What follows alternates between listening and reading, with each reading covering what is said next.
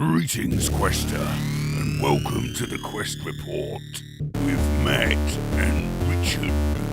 So now on the Quest Report, we're going to be talking about a Game of Blame. Now, Game of Blame is all about shirking your duty. It's a card game for 2 to 4 players. So Richard, tell us something about this game. Yeah, it sounds like it would be a very easy game to play, doesn't it? If all you have to do is shirk your responsibility. But the important thing about it is that you have to make sure the blame lands with the other person. Yeah. And now we played day at this. work then for most. Yeah. So we did play this 2-player, didn't we? And that had a certain dynamic to it. But then when we played it 3-player with Heather as well, it kind of changed a lot because there was 2 different people you could blame. And, so basically, yeah, it is a card game, and you have a role. Now these get dealt out at the beginning, and just a few examples. There's the Explorer, Pretender, Inquisitor, Assassin, Necromancer, Tyrant. Each of which has its own ability, doesn't it? Yeah, and each of them has their own different coloured symbol. Like, if you just see here, the Explorer one is yellow, the Pretender one is green. Now, the cards that we have in our hands while we're playing this also have different symbols, but there's more than one for each of them. So, if you just take this as an example, zombie invasion, that would be the one that I first take out. That's not something you want to get blamed for. Yeah, that's it. So that's a bad day at the office. Yeah. So this one has both red and purple as a symbol there. So you could put this one down onto the pile as long as the last one that's down there had either a red or a purple. You have to always match the colour that's down already, unless it's one of the treason ones, which counts as all 6. Yeah, treason's kind of the wild card. Yeah. So what happens is you will be putting cards down into this pile in the middle. Now this pile is the pile of blame. So this is what you're adding to each turn. And depending how many cards you put down, there's different effects happen. If you can't put any cards down, then you have to draw 3 from the draw pile. Although you can choose to do that as well, can't you? Well, yeah, it doesn't have to be if you can't, but drawing 3 cards is generally a bad thing. You don't want to have cards in your hand. Basically, you want all these cards are blame.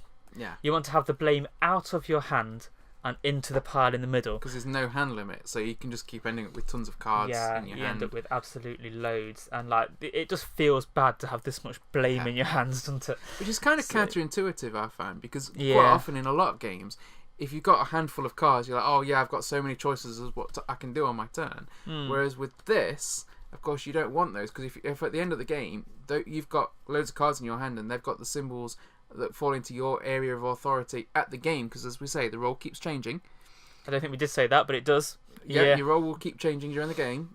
So the role you start with won't necessarily be the one you end with. Yeah. And if you've got loads of cards that relate to that role, you are going to be in trouble. You could be with hung, the drawn, queen. and quartered and exiled. Yeah, that's Actually, no, you're not going to hung, drawn, and quartered and exiled. You get exiled to perdition, don't you? Yeah, it's very bad anyway. What's happened? If you have more than 10 points. So basically, the points are bad, the cards are bad, and that's just what I wanted to. You want to be the low scoring at the end, isn't it? Yeah, it's like golf. So we have you end up with all these way cards. Yeah, and you don't have to wear silly trousers. Yeah, but there's a lot of blaming, just like in golf. Yeah. Right, so we're making this pile in the middle, and what happens if you... I can't forget what I said now. If you put no cards down, then you have to draw 3, and that's bad. If you put 1 card down, you can draw only 1 card, so that's not too bad. If you put 2 cards down, then you have to switch roles. And generally it's the roles that were on the last card that got put down. So in this case, with this backfiring battle wands, you'd swap the red roll and the blue roll. You swap the red and the blue. If it was a treason card, you get to pick which ones you swap. Because it can be your role, or it could be another player's role. Yeah. Now, the way that I kept annoying you when we were playing it was that I kept using the wizard role, which is a blue one. Now, on this one, because each of these roles, despite it just having the colour that represents different ones of these cards, it also have a special ability. And the wizard's one is when you play 2 cards, instead of swapping roles, you can exchange your hand with another player. So basically, I just collected a load of really terrible cards and then used my wizard ability to swap them with Matt and get his amazing hand that he's been looking after and keeping it really low from blame for this time. Yep, that was annoying. That did keep happening. It was a when good we move, played it. but it's annoying. Yeah. So in that way, you can kind of use the roles. Now, as we mentioned, the roles do change. So when you put 2 cards down, you can change roles. So it says in the rules, doesn't it? Don't get too attached to what role you're playing because it will change. Yeah, so it's all a little bit fluid in that way. And one of the main things in this is accusing a player. Yeah, you get to point at someone and go, "Shaccuse!" Yeah, we shouted that a lot when we played it. And that is when you put down 3 cards. So we've gone down through what happens when you put no cards, 1 card, 2 cards. If you put 3 cards down, which is the maximum, then you have to accuse somebody else. And when it was a 2-player game, that was just us accusing each other the whole time. But when we were playing with Heather as well, you could kind of pick who you want to accuse. And basically what happens then is we look at the pile of blame cards that are in the middle. We count how many have the different coloured symbols. And whoever has... Well, because obviously we have our roles. So say you were the green, I was the purple, and Heather was the yellow. If there was more...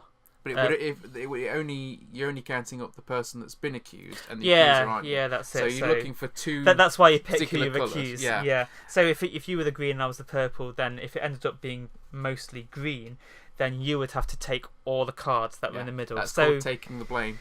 Yeah, so that's why that pile in the middle is the blame. So you end up with a massive hand of blame cards. And yeah, but if you accuse somebody and you win, then you can bury one of your secrets, can't you? It's called burying secrets, where you take a card from the cards in your hand, and you can put it under your roll card, and that doesn't count towards your basically end total. Takes them out of the game, doesn't it? So those cards are out of the game at that point. So if you've got loads out of your colour, then you want to kind of try and blame someone else and win, so that you can bury some of these cards and just get rid of them. And there's also at the end of the game, whoever takes the last card has to take the blame. So they take the last card of the deck, and then they take whatever the current blame pile is. You have to into watch their hand, the draw. so you have to really be careful as it gets towards the end. Yeah, you do. So when we played this, it was a lot more fun than I originally thought it was going to be, because it does seem very simple. And when we were talking about the Archie game, Once You Go Blackmail, that was the same kind of thing. I thought it's just playing it with a few friends. Yeah, it's just going to be very fun, because a lot of the time you are accusing other people, and it's less accusing when there's 3 players than there is with 2, because we'd basically just have a turn and accuse, and then you'd have a turn and accuse me, and it was just going backwards and forth all the time. With 3 players, it was a lot more interesting, a lot more tactical, a lot more depth with more players. I'd like to play this with 4 players.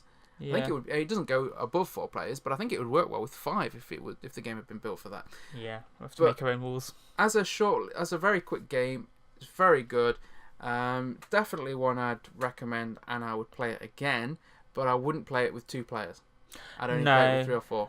I think it didn't work so well with 2 players, and at some point we need to read what it says on the card. You don't need to read them at all. You don't need to read, but it's actually quite interesting when you read it. A lot of these are pretty funny. Contextual. And then like this, one of the things to get blamed for is no arms for the poor. So basically just not giving to charity.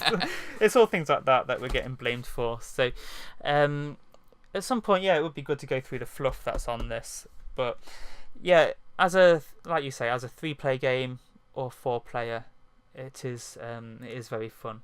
It doesn't work quite so well with 2 players, but I mean, just for learning it was pretty good. It was good to learn for 2, and then you could teach it, but I wouldn't play it at 2. No. But for a 3 or 4 player game, then I think people will enjoy this. And again, it's only a 20-minute game. Yep, so that is the Game of Blame. And I think we would kind of recommend that, wouldn't we? Yep. As a fun card game to play with some friends. So thank you, and stay meddlesome. Yes, stay meddlesome. It's a good game for being meddlesome. It is. Tell us what you think in the comment section below. Farewell, Quester. To find out about other productions by the Meddlesome Meeples, then check out our channel or rendezvous with us at meddlesomemeeples.com. Until next time, Quester, farewell, and keep thine axe sharp.